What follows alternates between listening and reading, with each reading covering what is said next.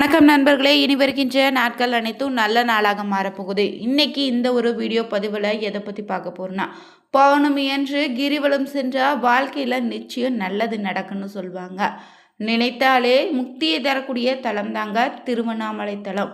இந்த திருவண்ணாமலை தலத்தில் பார்த்தீங்கன்னா பங்குனி மாதம் உத்திர நட்சத்திரத்தன்று கிரிவலம் செல்வதால் நமக்கு ஏற்படக்கூடிய பலன்கள் என்ன, திருவண்ணாமலையில் பௌர்ணமி என்று கிரிவலம் தொடங்கக்கூடிய நேரம் என்ன, முடிவு கூடிய நேரம் என்ன, மேலும் கிரிவலத்தின் போது என்ன மாதிரியான விஷயங்களை செய்யணும், கிரிவலத்தின் போது செய்யக்கூடாத சில தவறு இருக்குது, இதனால் ஏற்படக்கூடிய பார்த்திங்கன்னா ஆபத்து என்னன்னு தெரிஞ்சுக்கணுமா, திருவண்ணாமலையில் பௌர்ணமி என்று கிரிவலம் செல்லும்போது வழியில் வழிபட வேண்டிய தெய்வங்கள் என்னன்னு தெரிஞ்சுக்கலாங்க.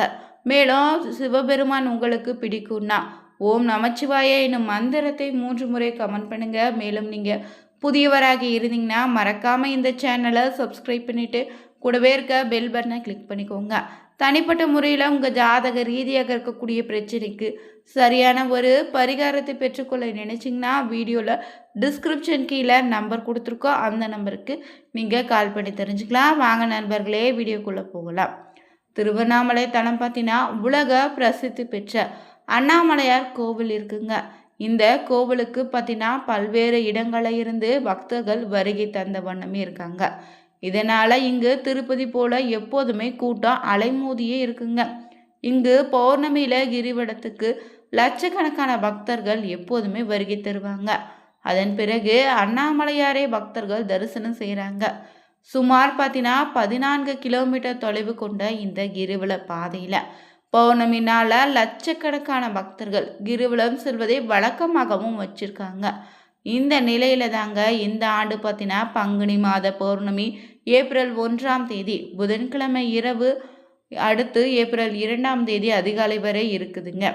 பொதுவாகவே பௌர்ணமி திதி தொடங்கும் நேரத்தை பொறுத்து ஏப்ரல் 1ஆம் தேதி இரவு 7:35 மணிக்கு தொடங்கும். ஏப்ரல் 2ஆம் தேதி வியாழக்கிழமை மாலை சுமார் 6:55 பார்த்தீங்கன்னா நிறைவடையுது. திருவண்ணாமலையில் பௌர்ணமி அன்று கிரிவலம் செல்வதாலே பாவங்கள் நீங்கி புண்ணியம் பெருகும். மேலும் இந்த நாளில் நம்ம வைக்கக்கூடிய வேண்டுதல்கள் அனைத்தும் சிவபெருமான் பார்த்தீங்கன்னா நிச்சயம் நிறைவேற்றி தருவாருங்க. கிரிவலம் செல்லும் போது சிவ மந்திரத்தை உச்சரித்தே செல்ல வேண்டும்.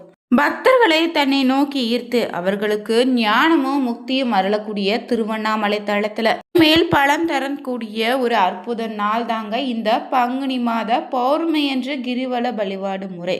திருவண்ணாமலையில வருடத்துல அனைத்து நாட்களும் கிரிவலம் சென்று வழிபடலானாலும் பௌர்ணமி நாள கிரிவலம் வந்து வணங்குவதையே பெரும்பாலான பக்தர்கள் பத்தினா காத்திருப்பாங்க. திருவண்ணாமலையில கிரிவலம் வந்து அண்ணாமலையாரை வழிபடக்கூடிய வழக்கம் எப்படி ஏற்பட்டுச்சுன்னு இந்த நாளில் தெரிஞ்சுப்பது ரொம்ப நல்லதுங்க. முதல்ல கிரிவலம் சென்றது யாருன்னு, எதற்காக கிரிவலம் சென்றார்னு புராண கதையை திருவண்ணாமலை கிரிவலம் செல்லக்கூடிய பக்தர்கள் நீங்கள் தெரிஞ்சுக்கொள்வது ரொம்ப நல்லதுங்க. திருவண்ணாமலை என்றதுமே நினைவுக்கு வருவது கிரிவல வழிபாடு மட்டும்தான். எத்தனையோ கோவில்கள் பார்த்தீங்கன்னா மலையின் வளம் வந்து வழிபடக்கூடிய முறை இருந்தாலும் திருவண்ணாமலையில் கிரிவலம் வந்தால் மட்டுமே மகத்தான பலன்களும் முக்தி கிடைக்கும்னு சொல்கிறாங்க. இங்கு மட்டுமே சிவனே மலையாக அமர்ந்து காட்சி தருவதால் மலையை வளம் வந்து வணங்குவது சிவனை வளம் வந்து வணங்குவதற்கு இணையான பலனை தருங்க. இங்கு திருவண்ணாமலையில் கிரிவலம் எப்படி உருவானது, இதற்கு பார்த்தீங்கன்னா முதல் யார் கிரிவலம் சென்றார்னு தெரிஞ்சுக்கணும். ஜோதி வடிவமாக தோன்றிய விஷ்ணுவிற்கு பிரம்மாவுக்கு காட்சியளித்த பின்னாடி மலையாக அமர்ந்த அண்ணாமலையாரே இங்கு கிரிவலத்தை தொடங்கி வைத்தாருன்னு சொல்லப்படுதுங்க. அவர் நடத்திய ஒரு திருவிளையாடல தான் கிரிவலம் போன்ற காரணமாக அமைந்திருக்கு. அந்த திருவிளையாடலால திருவண்ணாமலையில முதல்ல கிரிவலம் சென்றது பார்வதி தேவி தாங்க. லிங்க வழிபாடோ லிங்கோத்கவர் வழிபாடு தோன்றியதும் இந்த திருவண்ணாமலையில தளத்துல தானே சொல்றாங்க. மேலும் இங்கு பார்த்தீங்கன்னா ஒரு முறை கைலாயத்தில் சிவபெருமானின் இரு கண்களையும் பார்வதி தேவி மூடியதால உலகம் இருண்டு உயிரினங்கள் பார்த்தீங்கன்னா அனைத்துமே ரொம்ப துன்பப்படும் நிலை ஏற்பட்டுச்சு. இதனால பார்வதி தேவிக்கு தோஷம் ஏற்பட்டுச்சுங்க. அந்த தோஷத்துக்கு பரிகாரம் தேட வேண்டிய நிலை ஏற்பட்டதால பார்வதி தேவி திருவண்ணாமலைக்கு வந்து தவம் இருந்திருக்கா. இவர் தவத்தை கண்டு மனமிறங்கிய சிவபெருமானும் அவருக்கு காட்சி கொடுத்தாரு. வேண்டிய வரம் கேள்னு சொல்ல அதற்கு பார்வதி தேவி, உங்களை என்றென்றும் பிரியாது இருக்கும்படி உங்க உடல்ல பாதியை தந்து அருள் வேண்டும் வேண்டியிருக்கா. அதற்கு உடனே சிவபெருமான், அப்படியானா நீ என்னை சுற்றி வர வேண்டுன்னு சொல்லி அதை ஏற்றுக்கொண்ட பார்வதி தேவி திருவண்ணாமலையில ஈசனை மலையாக வீற்றிருப்பதால அந்த மலையை சுற்றத் தொடங்கினார். மலையை வலம் வருதல் என்பது இங்கு சிவபெருமானையே சுற்றி வருவதற்கு சமமான ஒரு பலன்கள். அதனால தலை மீது கைகூப்பிபடி வலம் வந்தா. அவருக்கு சிவபெருமான் பார்த்தீங்கன்னா கீர்வல பாதையில நேர் அண்ணாமலை அருகே ரிஷிப வாகனத்திலும் ஈசான்ய பகுதியில ஒளி ரூபத்துல 2 இடங்கள்ல காட்சி கொடுத்து ஆசிர்வதித்தார். பின்பு தன்னுடைய உடல்ல இடபாகத்தை வழங்கி தன்னோடு ஐக்கியமாக்கி கொண்டு அர்த்தநாரீஸ்வரராக காட்சி கொடுத்தாரு. மேலும் பார்த்தீங்கன்னா பார்வதி தேவி, நான் தங்களை சுற்றி வந்ததால என்னை ஆசிர்வதித்ததை போல திருவண்ணாமலையுமே கிரிவலம் வரக்கூடிய ஒவ்வொரு பக்தனுக்கு அருள் வழங்க வேண்டும்னு கேட்டுக்கொண்டா. அதற்கு சிவபெருமானும் சம்மதித்தாருங்க. இந்த முறையில தான் திருவண்ணாமலையில கிரிவலம் பார்த்தீங்கன்னா நடைமுறை பழக்கத்துக்கு வந்தது. பார்வதி தேவியை தொடர்ந்து இதர கடவுள்களும் தேவர்கள், ரிஷிகள், சித்தர்கள், மகாங்கள்னு அனைத்து தரப்பினருமே திருவண்ணாமலையில கிரிவலம் வந்து ஈசனாகிய அண்ணாமலையரின் அருளை பெற்றிருக்காங்க. இதனைத் தொடர்ந்து சித்தர்கள் வழிகாட்டுதலின் பேர்ல சாதாரண மனிதர்களும் தற்போது பௌர்ணமி என்று கிரிவலம் செல்லக்கூடிய நடைமுறை ஏற்பட்டிருக்கு. பொதுவாகவே இந்த திருவண்ணாமலை தலத்தில் அனைத்து நாட்களும் பார்த்தீங்கன்னா இரவு பகல் பாராமல் நம்ம கிரிவலம் சென்று வழிபடலாம். மேலும் இந்த திருவண்ணாமலை கிரிவல பாதை மொத்தம் 14 கிலோமீட்டர் தூரம் கொண்டதாக இருக்குதுங்க. இங்கு கிரிவலம் செல்லும் பாதையில் மலையை சுற்றிலும் விநாயகர், முருகர், அம்பாள், சிவன் கோவில்கள்னு ஏறக்குறைய பார்த்தீங்கன்னா 99 கோவில்கள் இருக்குது. கிரிவல பாதையில் 300 குளங்களும் ரமண மகரிஷி விசிறி சாமியார்னு பல மகான்களின் ஆசிரமங்களும் இருக்கு.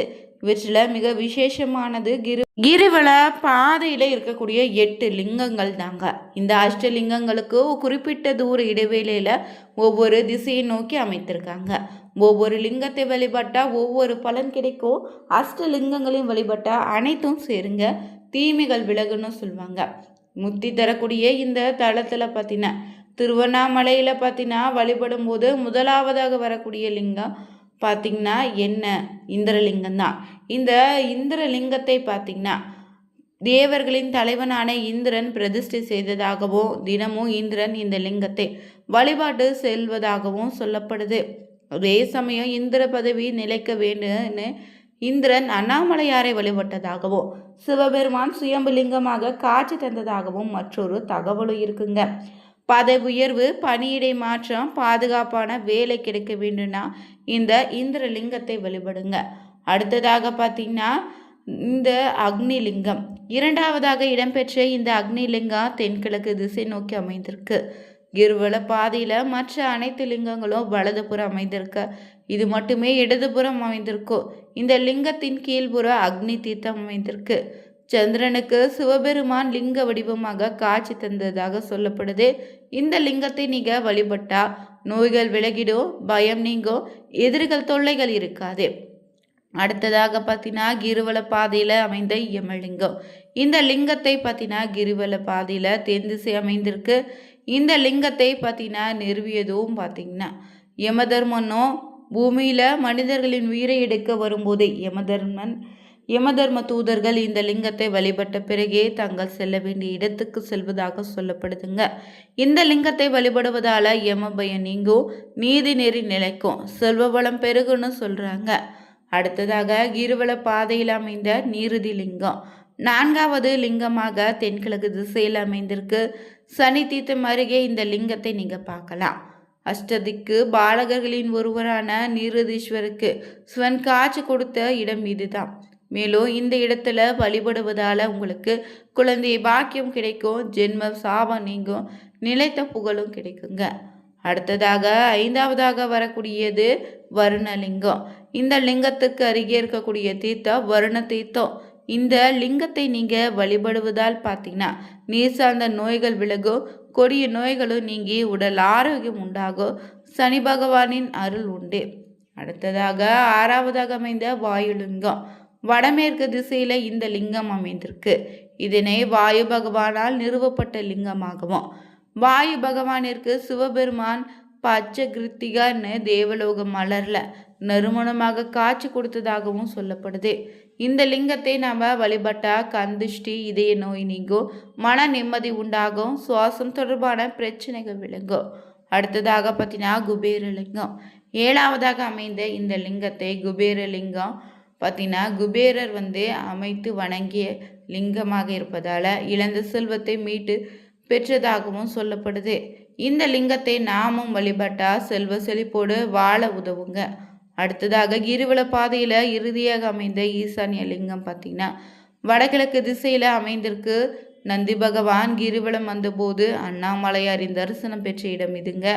இந்த ஈசானிய லிங்கம் தேவரால் நிறுவப்பட்டதுனும் சிவபெருமான் ஒருவரே நிலையானவர் என்பதை உணர்த்தும் விதத்தில் இந்த லிங்கம் தாத்பரியமாக அமைந்திருக்கு. இந்த லிங்கத்தை வழிபட்டா அனைத்து கலைகளிலும் தேர்ச்சி பெறலாம், அனைத்து காரியங்களும் வெற்றியாக மாறும், நினைத்த காரியம் கைகூடி வருங்க. வீடியோ பிடிச்சிருந்தா லைக் பண்ணுங்க, ஷேர் பண்ணுங்க, கமெண்ட் பண்ணுங்க, சேனலை சப்ஸ்கிரைப் பண்ணிக்கோங்க. அனைவருக்கும் நன்றி நண்பர்களே.